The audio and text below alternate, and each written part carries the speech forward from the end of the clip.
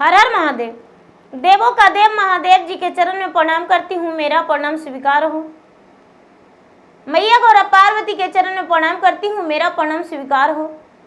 गणपति ललनमा के चरण में प्रणाम करती हूँ, मेरा प्रणाम को स्वीकार हो। माता और पिताजी के चरण में प्रणाम करती हूँ, मेरा प्रणाम को स्वीकार हो। यूट्यूब के माध्यम से जो भी गुरु भाई बहना मेरे कथा कहानी सुन रहे हैं, मैं सभी को चरण छूकर प्रणाम करती हूँ, मेरा प्रणाम को स्वीकार हो। और छोटे को प्यार भरा आशीर्वाद। हर हर महादेव, घर घर महादेव।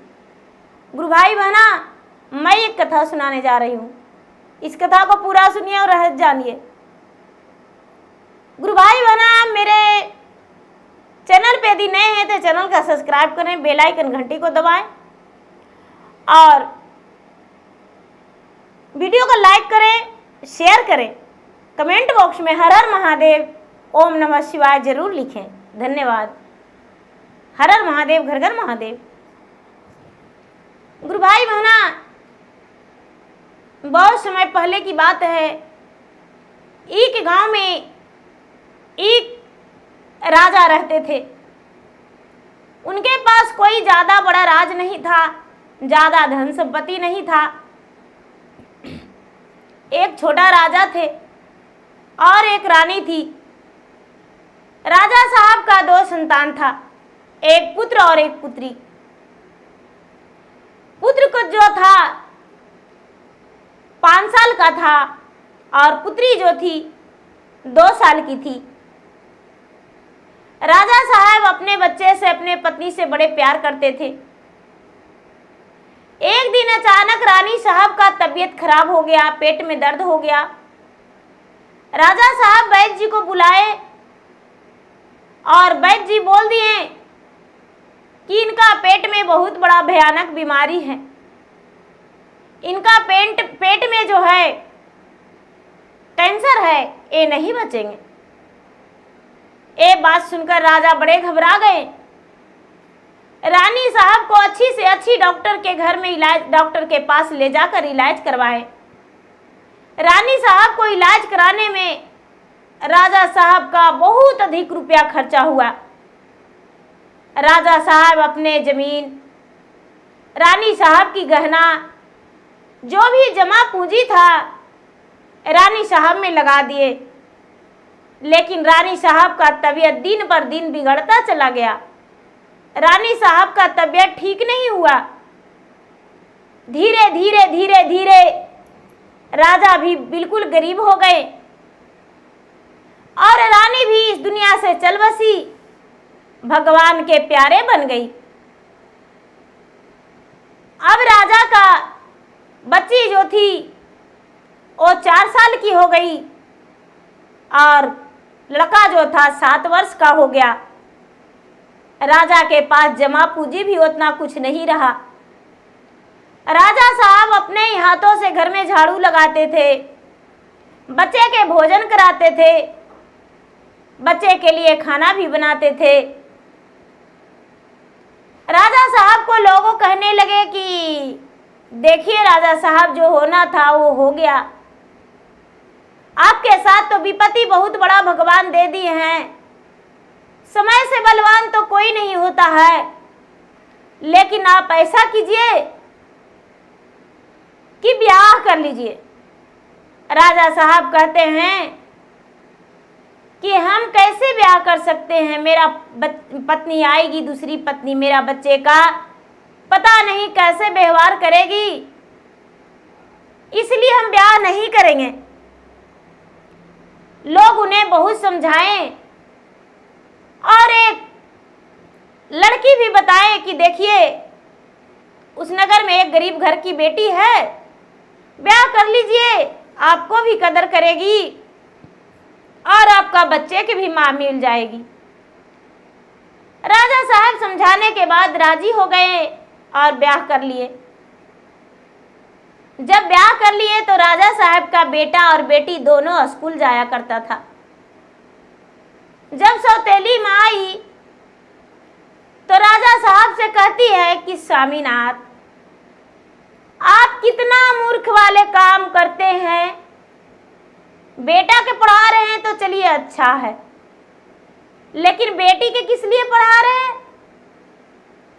बेटी तो प्राय घर के अमानत है, बेटी तो 5 लाख तिलक भी लेगी, और बेटा तो धन संपत्ति लेकर दूसरे घर से दुल्हन भी लाएगी और दहेज भी लाएगा। इसलिए राजा साहब कुछ बेटा के पढ़ा दीजिए, बेटी को नहीं पढ़ाना है।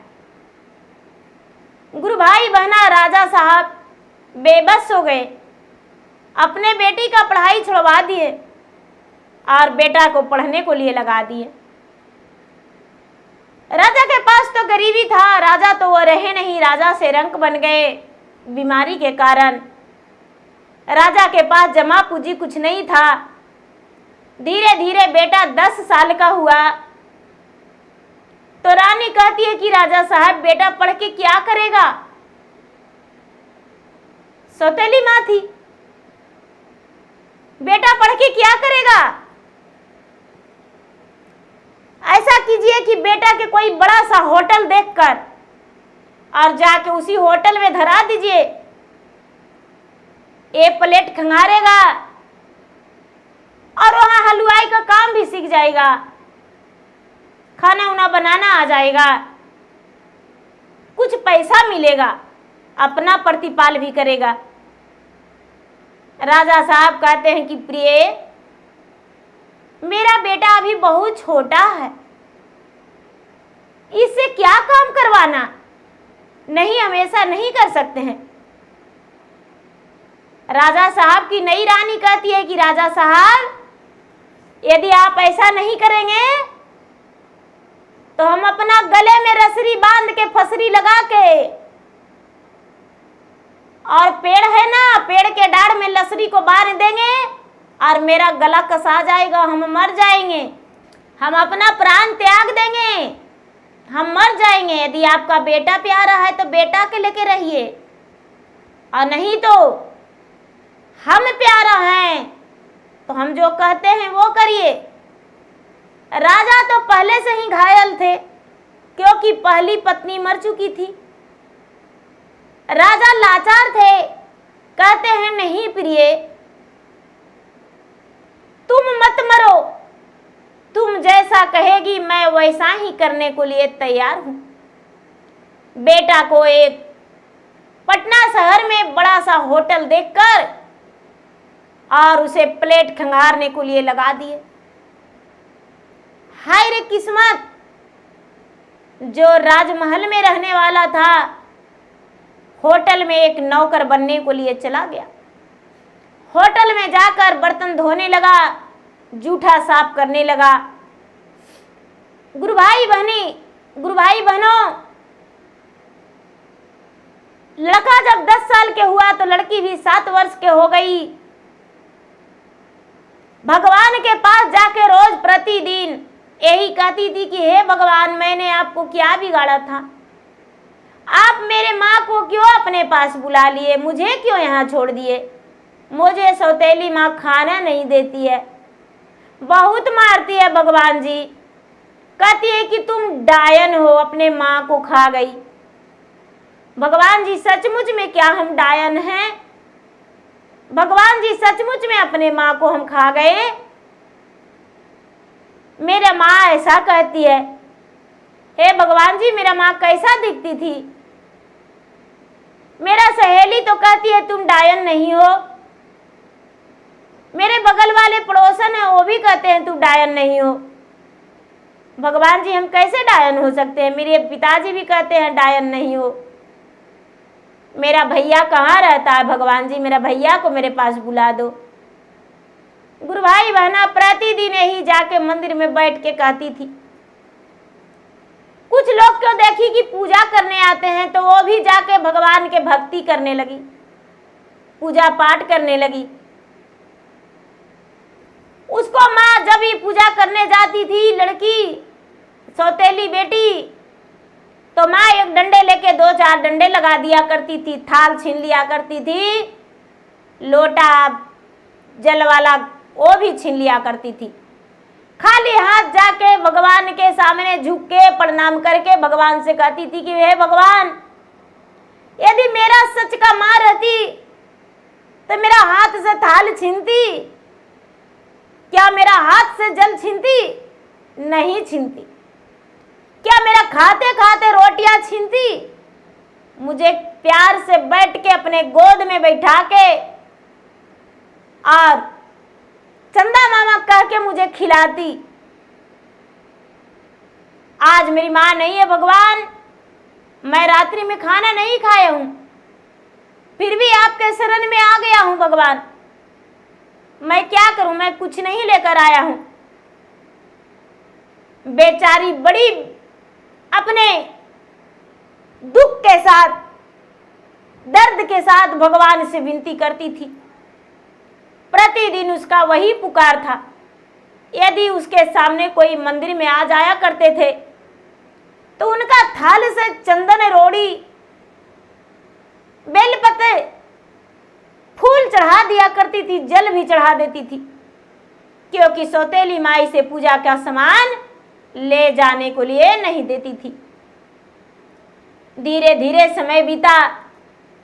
राजा साहब का बेटा 15 वर्ष का हो गया और बेटी 12 वर्ष की हो गई। तो सौतेली मां कहती है कि स्वामीनाथ, बेटा 15 वर्ष का हो गया, अब होटल से छुड़ाकर घर ले आइए। राजा साहब अपने बेटा को होटल से प्लेट खंगारने को लिए बंद करवा के घर ले आए। सौतेली मां कहती है कि राजा साहब, घर में मुफ्त की रोटियां तोड़ने को लिए बेटा को नहीं बुलाए हैं, बेटा को विदेश भेज दीजिए। बेटा परदेश जाएगा, विदेश जाएगा। राजा कहते हैं मेरा बेटा छोटा है, विदेश नहीं जा सकता है। तो रानी कहती है परदेश भेज दीजिए, बंबई भेज दीजिए, दिल्ली भेज दीजिए, किसी भी अच्छा शहर में जाएगा, रुपया कमाएगा। गुरु भाई बहना, राजा साहब किसी को साथ अपने बेटा को परदेश भेज दिए। बेटा परदेश चला गया। इधर रानी कहती है कि राजा साहब, आपका सर पे एक जवान बेटी है, आपको दिखाई नहीं देता है, इसको ब्याह कर दीजिए। राजा कहते हैं कि अरे तुमसे तो मैं तंग आ गया हूं, इसे नौकरानी की तरह खटाती हो, नौकरानी से बेहतर इसके साथ सलूक करती हो। ये अभी बहुत छोटी है, इसका ब्याह कैसे कर सकते हैं?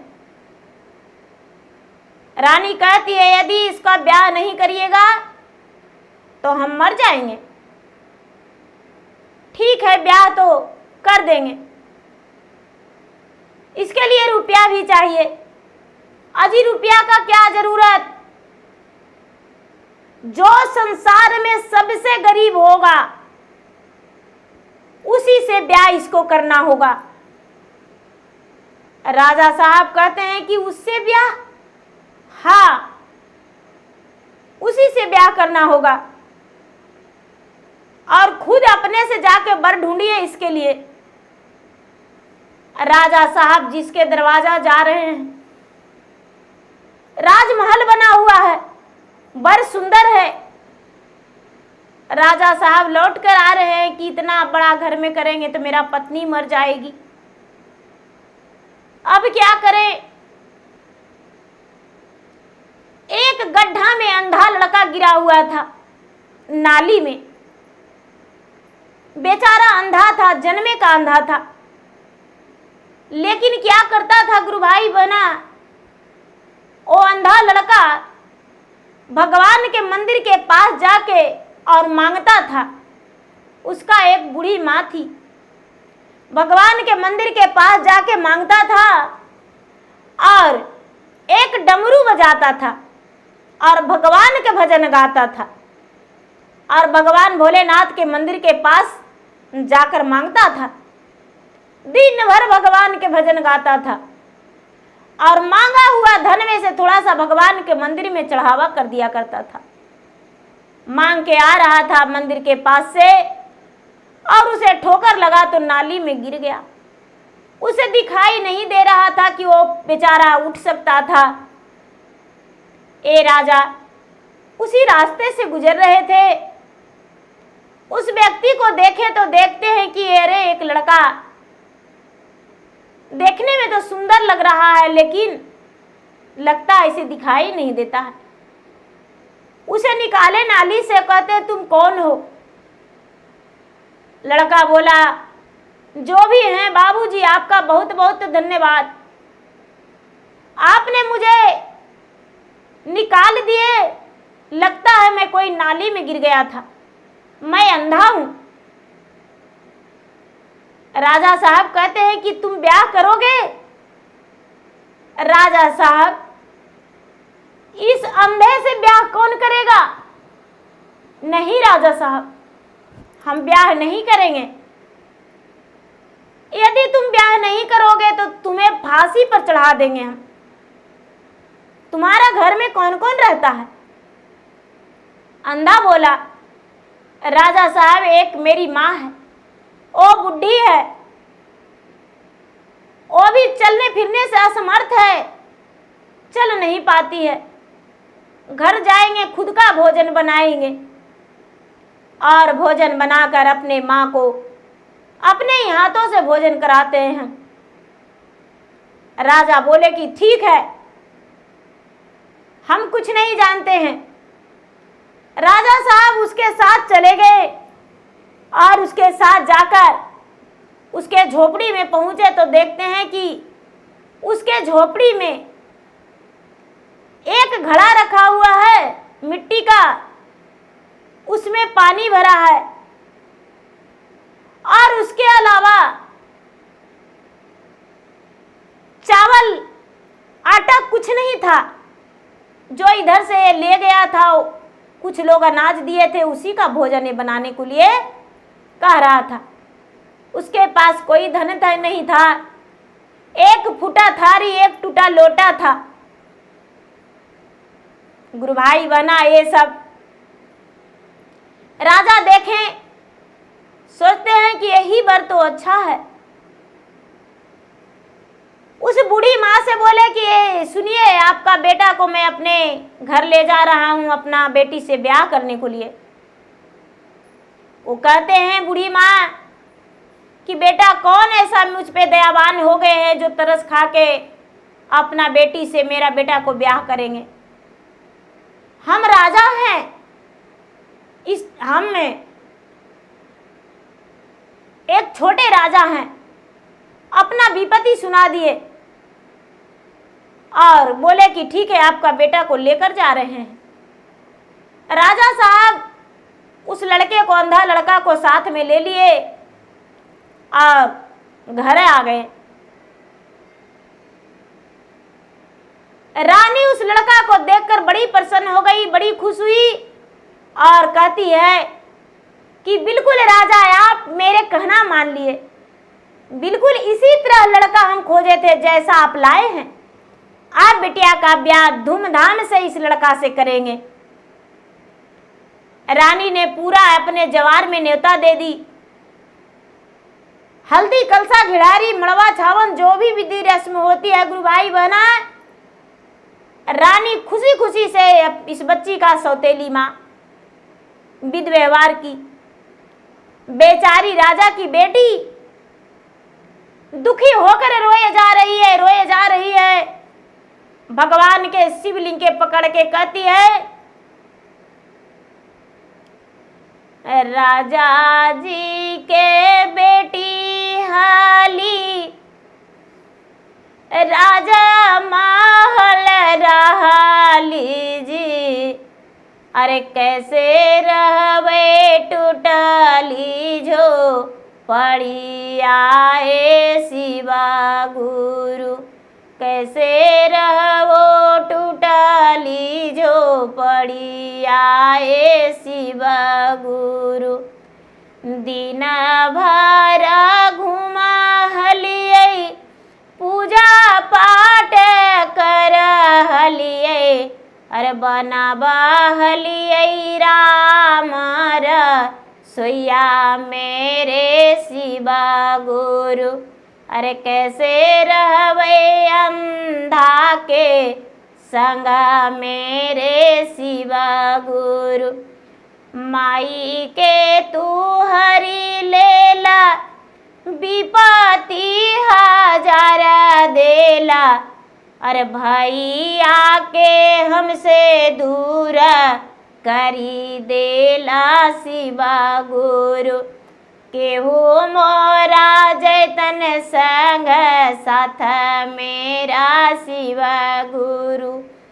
भगवान से कहती कि भगवान कौन मेरा संग साथ जाएगा, राह बाट में कौन पानी पिलाएगा, मेरे बारे में कौन पूछेगा, किसके सर पे अपना दुख सुनाएंगे, कौन मेरा दुख सुनेगा, हम कैसे झोपड़ी में रहेंगे। भगवान के सामने वो लड़की रो रो के अपना दुख कर रही है। लोग सखी सहेलियां गांव टोला पड़ोसन उसको पकड़ के लाए, ब्याह के लिए मंडप पर बैठा दिए। बेचारी राजकुमारी मंडप पे बैठ गई और जब मंडप पे बैठ गई तो अंधे लड़का से हाथ पकड़ के और सिंदूर दान करवा दिए। सवेरा होते ही राजा साहब 4 कहार को बुलवा लिए, डोली कहार को बुलवाए, डोली में अपने बेटी को बैठाकर विदा कर दिए उस अंधे के लड़के के साथ। जब डोली घर से निकला गुरु भाई बहना, बेचारी राजकुमारी राजा की बेटी भगवान के चरण छू के और घर से विदा हो गई।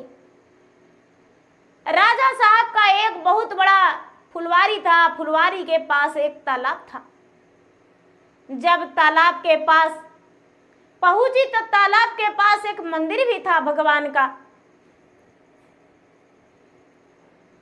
ये लड़की विलाप करती है, गोड़ तोरा परिया अगला कहरवा हो, तनी एक डड़िया भीला माई दा भैया से, तनी एक डड़िया भीला माई दा भैया।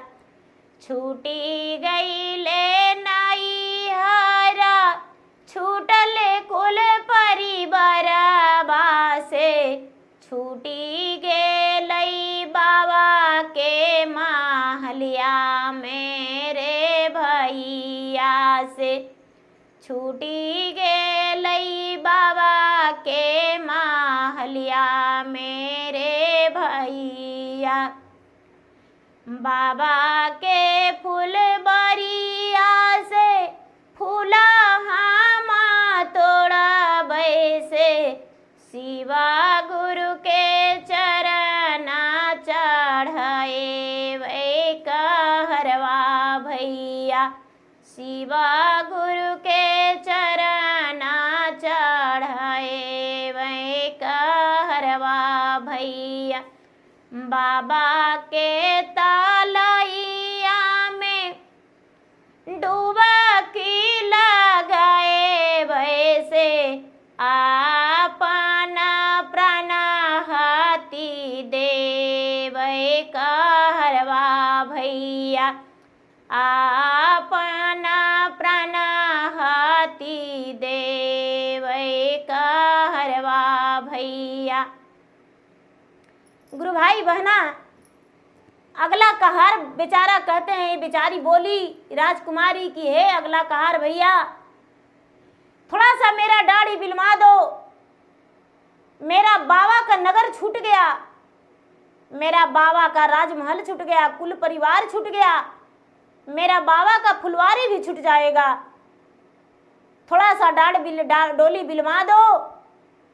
हम डोली से उतर के और फूल तोड़ के भगवान के शरण में चढ़ा देंगे, भगवान के शरण में चढ़ा के और इस तालाब में डुबकी लगा के अपना प्राण हथ देंगे।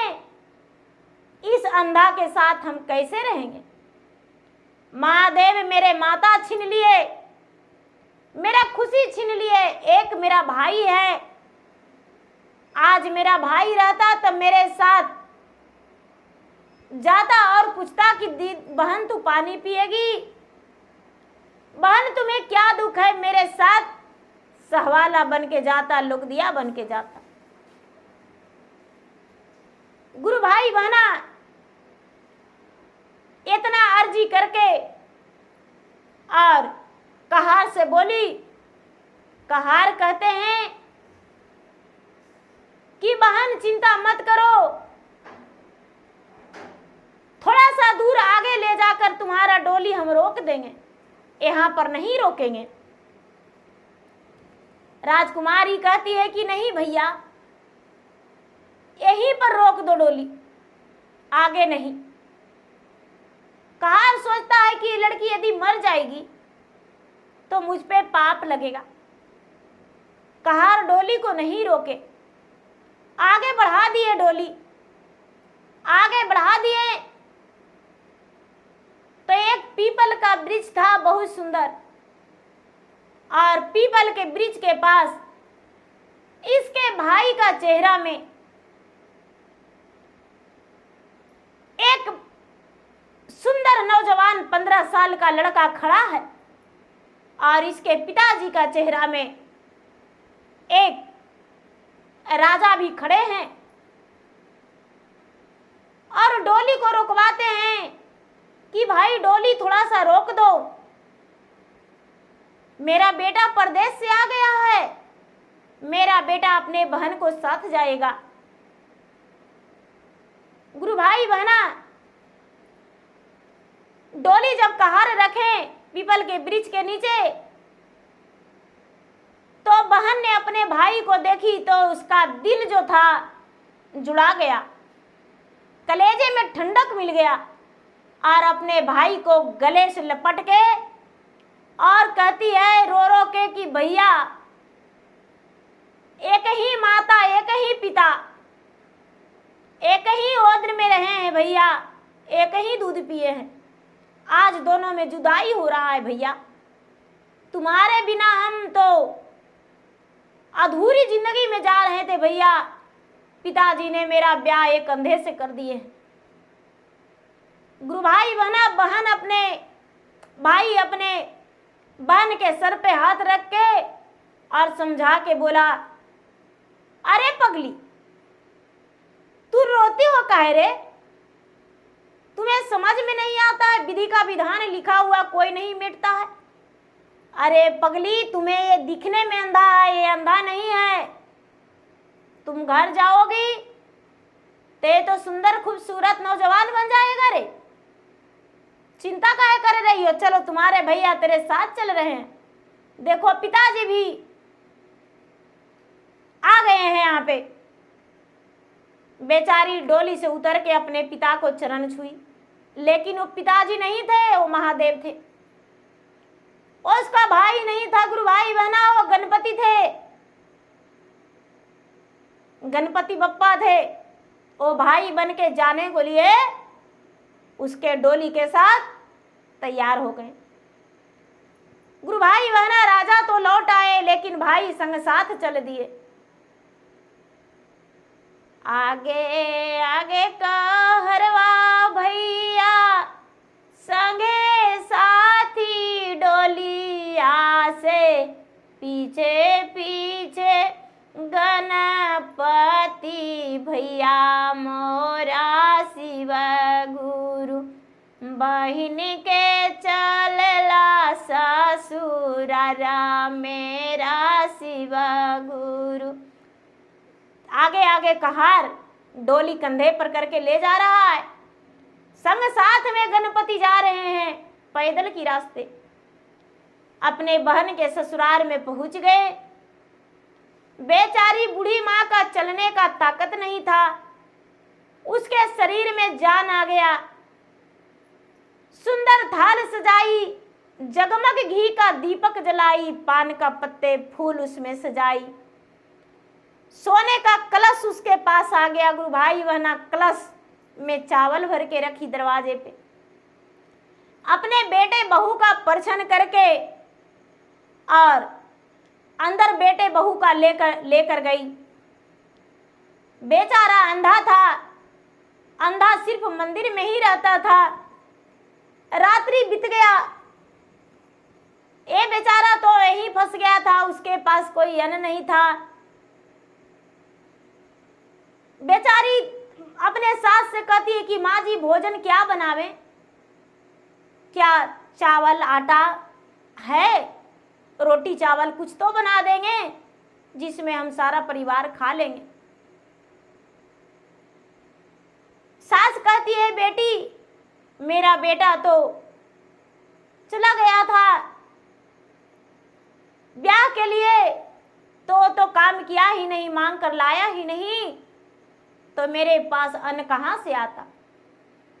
गुरु भाई बहना, एक गणपति भैया जो हैं वो उसके अपने भाई बनकर हैं। कहते हैं बहन मेरे पास रुपया है, मैंने प्रदेश से कमा कर लाया हूं, आ रहे हैं चावल लेकर, सब्जियां दाल लेकर।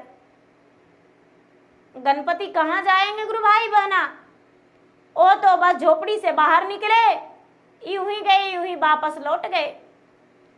अरे बहन लो, थैली भर के साग सब्जी दाल सब कुछ ले आए, हड़िया बर्तन सब कुछ ले आए हैं, लो बनाओ। गुरु भाई बहना, ये जो बेचारी राजकुमारी थी, बुढ़िया की बहू, अंधा की पत्नी,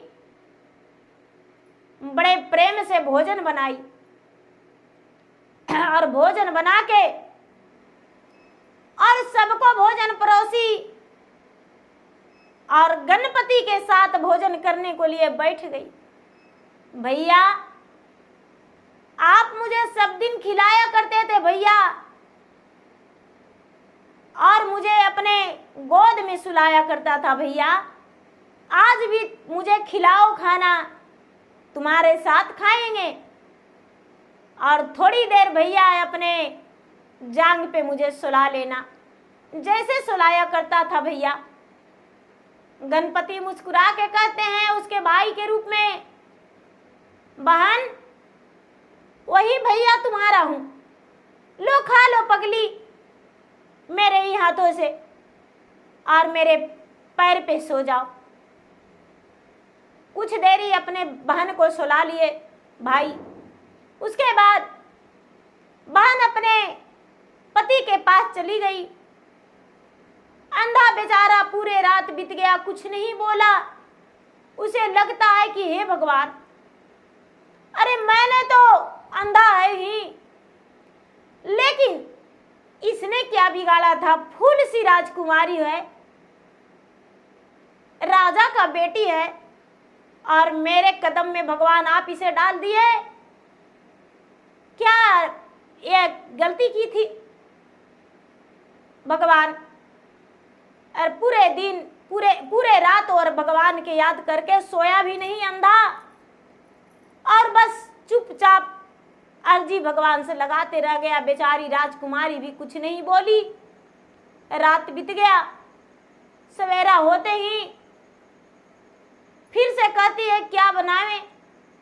भाई कहते हैं अरे बहन सारा सामान तो लाए हैं, बचा पड़ा है, देखो तो सब कुछ तो है। बहन ने भोजन बनाई, सबको भोजन कराई। अब ये अंधा कहते हैं कि मुझे बैठने से कई दिन गुजारा होगा, चले मंदिर के पास। ये अंधा मंदिर के पास जाकर और एक कटोरा लेकर, डमरू लेकर कटोरा धर दिए, डमरू बजाने लगे। और डमरू बजाने लगे तो माता पार्वती और भोलेनाथ इसका डमरू के आवाज सुन के प्रसन्न हो गए और कहते हैं कि मांगो पुत्र, तुम क्या मांगते हो? मैं तुम्हारा डमरू के आवाज से बहुत खुश हूं। ये अंधा कहता है कि आप कौन हैं? तो मैं पार्वती और महादेवा दोनों हूं। अरे देना ही है भगवान तो मुझे नेत्र दे दीजिए, इसके अलावा और कुछ नहीं चाहिए, बाकी सारा काम अपने कर लेंगे हम, बस मैं नेत्रहीन हूं, मुझे नेत्र दे दीजिए। भगवान उसे नेत्र दे दिए। गुरु भाई बहना, शाम हो चुका था, शाम के समय में भगवान दर्शन दिए। यहां गणपति कहते हैं अपने बहन से कि दीदी तुम्हारे साथ तो हमें आया हो गया 3 दिन, इसलिए हम शाम के समय हो रहा है दीदी घर चले जाएंगे। क्या जाएं?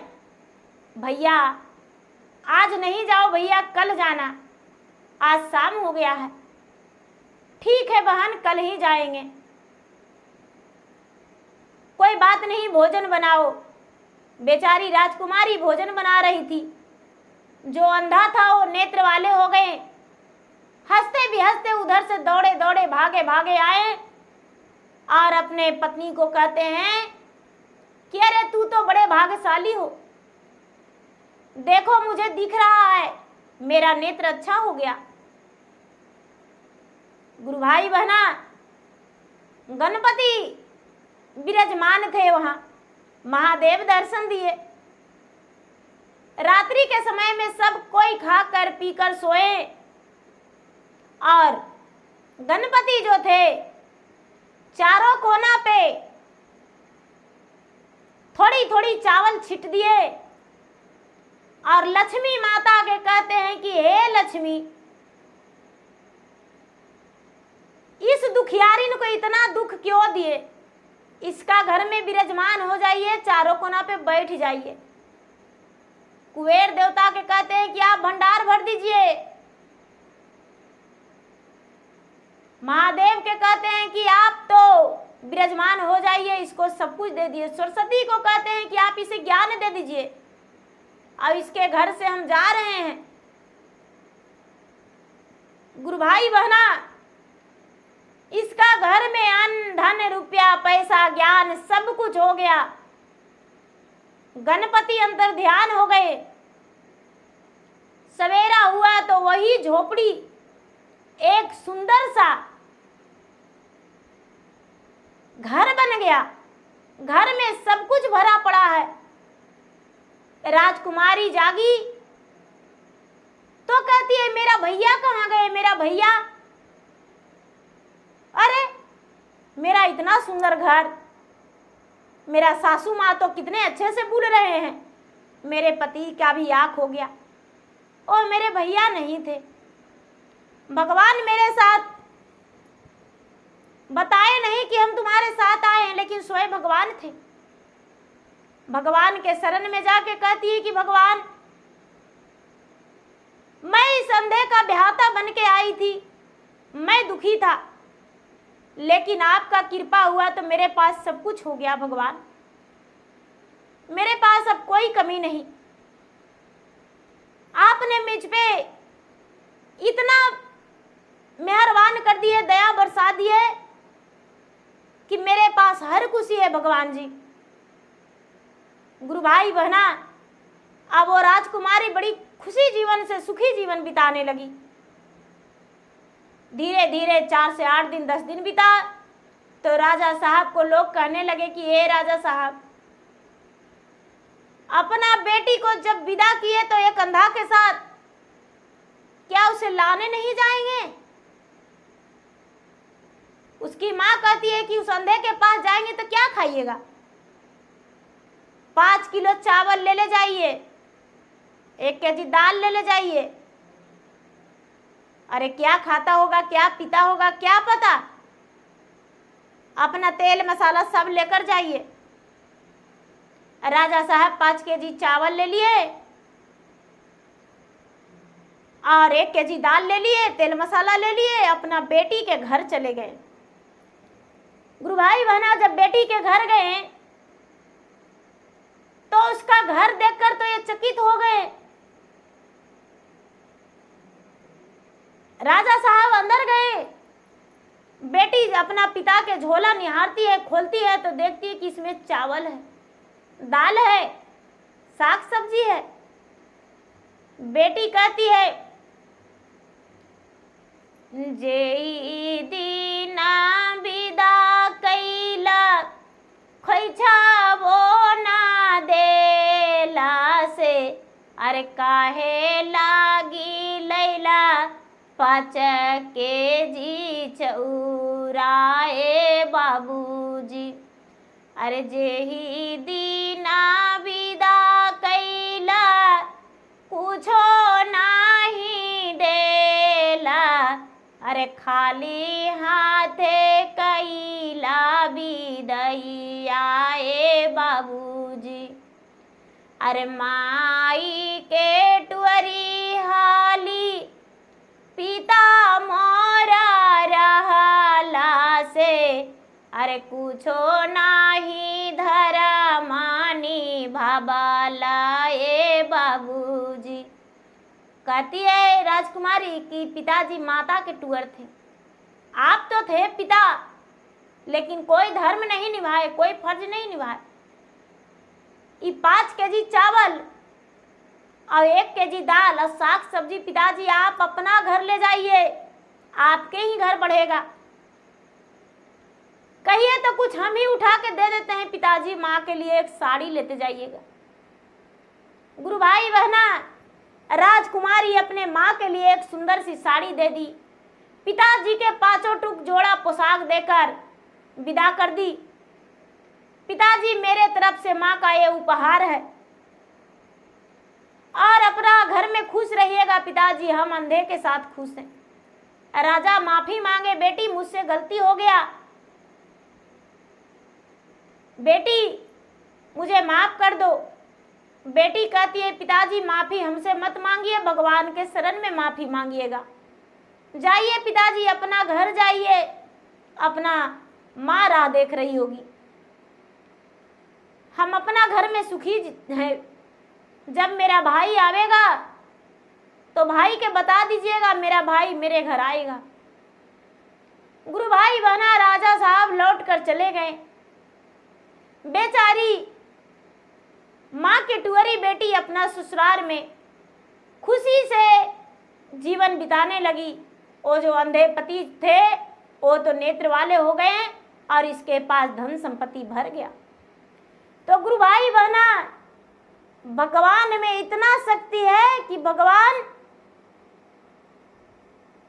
हर चीज, हर खुशी चरणों में दे देते हैं। भगवान आंचल में खुशियां भर देते हैं, घर में खुशियां भर देते हैं।